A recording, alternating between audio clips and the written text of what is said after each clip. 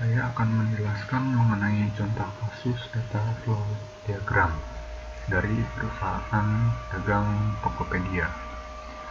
Sebelumnya saya akan memperkenalkan anggota kelompok terlebih dahulu.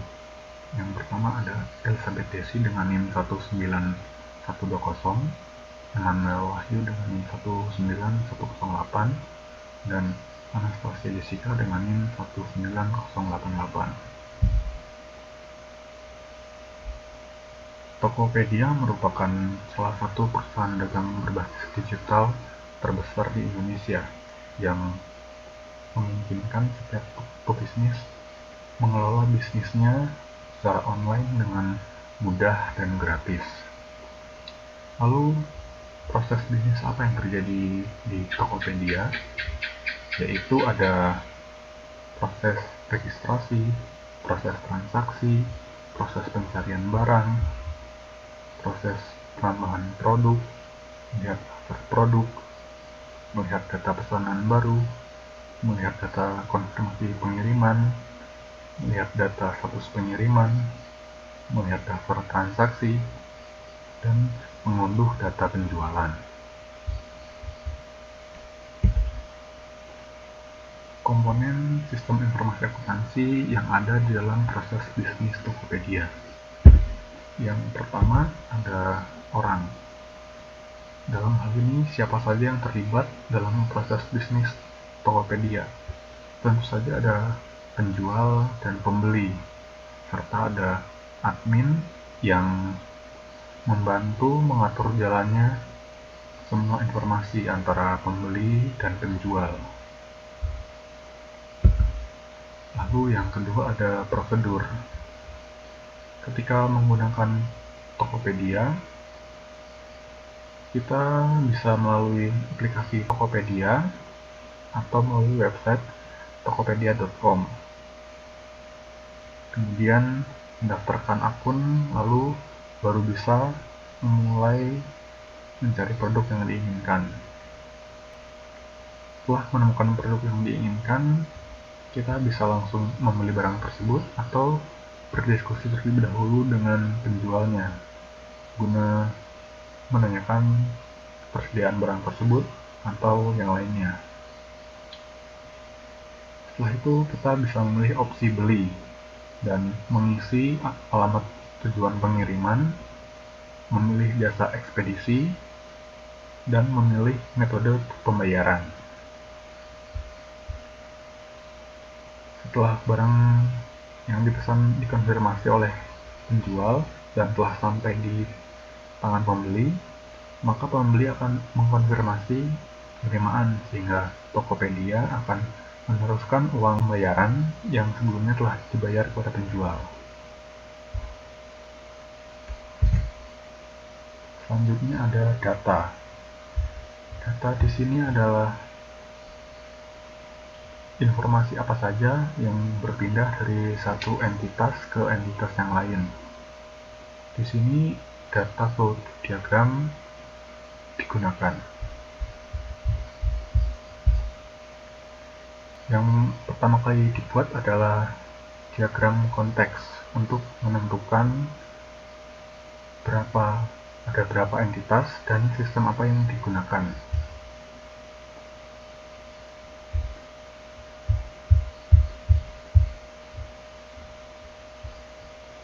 Pembeli akan memasukkan data user ke dalam sistem, sedangkan penjual akan memasukkan data penjual, data produk yang dijual, beserta harga dalam sistem, sehingga pembeli dapat mengakses dan memilih produk barang yang dijual.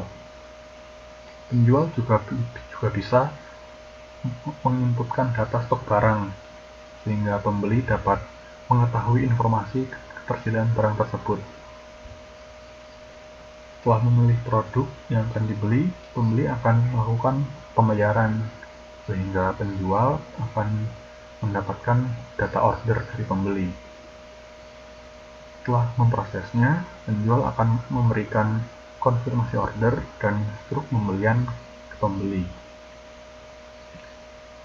Sistem akan menginformasikan pembeli apabila barang yang dipesannya sudah dikirim, dengan memberinya data pengiriman barang. Setelah barang diterima, sistem akan menginformasikan kepada penjual bahwa barang tersebut sudah diterima dengan informasi berupa laporan barang telah diterima konsumen. Pembeli juga dapat memberikan pengalaman dan ulasan setelah melakukan pembelian di toko tersebut dengan menggunakan review dan rating. Data review dan rating ini bisa digunakan oleh penjual untuk menganalisa feedback dari konsumen dan bisa digunakan untuk membangun usahanya agar lebih baik lagi. Sementara untuk pembeli bisa digunakan sebagai salah satu patokan apakah toko dan barang yang dijual oleh penjual tersebut berkualitas atau tidak. Selanjutnya adalah membuat diagram level 0. Di diagram level 0 ini terdapat 4 entitas, 7 sistem proses, serta 10 data yang harus disimpan. Penjual harus registrasi terlebih dahulu untuk mendaftarkan usaha atau toko miliknya agar konsumen dapat mengetahui jenis usaha atau toko serta ragam barang yang ada. Setelah registrasi selesai, data penjual akan tersimpan dan milik sistem akan dikirim ke admin. Begitu juga dengan konsumen. Konsumen akan melakukan registrasi. Setelah itu, data konsumen akan disimpan dan bisa langsung masuk ke aplikasi Tokopedia. Ketika konsumen membeli barang, maka daftar belanja tersebut akan tersimpan lalu dikirim ke bagian sistem pembayaran.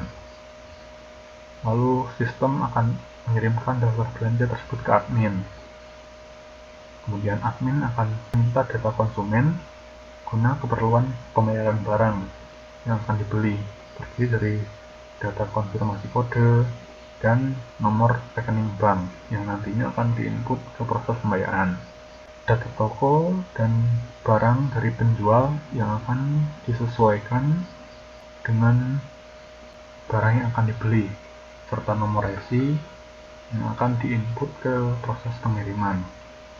Setelah hal tersebut dilengkapi, maka transaksi dapat dilakukan dan barang akan dikirim. Transaksi akan disimpan sebagai data laporan keuangan dan pengiriman akan disimpan sebagai data laporan pengiriman. Selanjutnya adalah diagram level 1, di mana sistem proses yang ada akan diinformasikan secara lebih rinci lagi,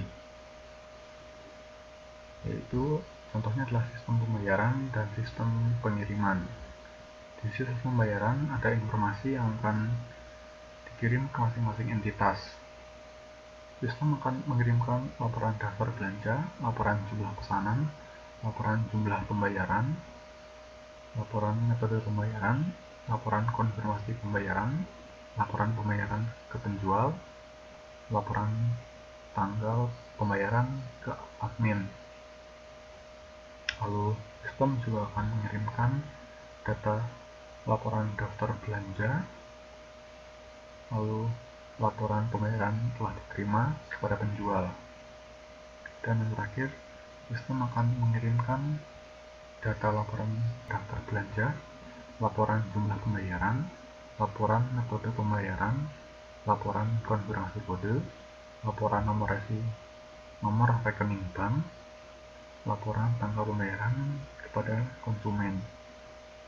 Dan ada data sebelumnya juga disimpan untuk data laporan keuangan. Setelah data sistem pembayaran telah diterima oleh ketiga entitas, selanjutnya bagian sistem pengiriman yang beroperasi. Laporan alamat tujuan, laporan pesanan yang dikirim, laporan alamat pengiriman, dan laporan pesanan diterima akan diterima oleh admin, penjual, dan konsumen. sementara laporan barang diterima hanya diterima oleh konsumen. Data yang telah dikirim ke masing-masing entitas juga disimpan untuk data laporan pengiriman.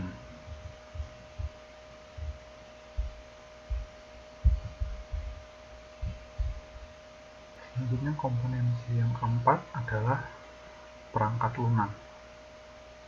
Tokopedia awalnya menggunakan Enterprise Resource Planning atau ERP dari SAP Business One yang dirancang untuk usaha kecil dan menengah untuk mengelola setiap aspek operasi usaha sehingga usaha kecil dan menengah dapat bersaing lebih efektif dengan perusahaan besar.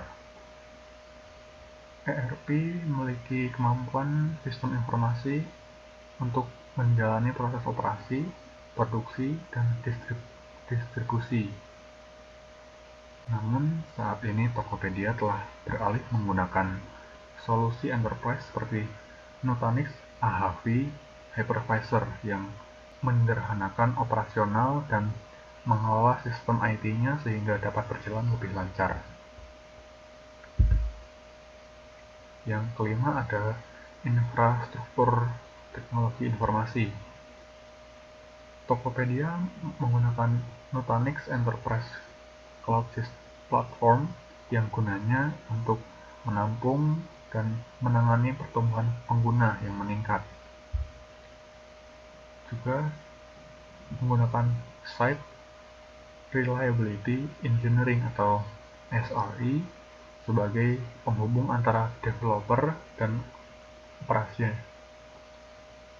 Saat ini, Tokopedia telah menggunakan sistem otomatisasi seperti GitOps, VM Autoscale, Kubernetes Deployment, dan Canary Manager yang berfungsi untuk memudahkan proses operasional dan administrasi.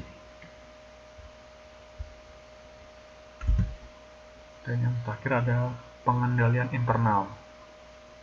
Tokopedia menggunakan HTTPS atau Hypertext Transfer Protocol Secure yang berguna untuk melindungi lalu lintas penggunanya sehingga pengguna merasa nyaman dan percaya akan keamanan datanya dalam mengakses web Tokopedia.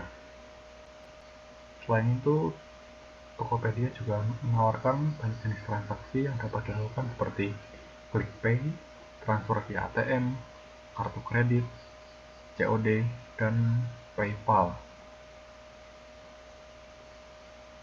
Tokopedia juga memfilter konten yang dibuat oleh para pengguna. Mungkin itu saja yang dapat saya sampaikan. Terima kasih atas perhatiannya.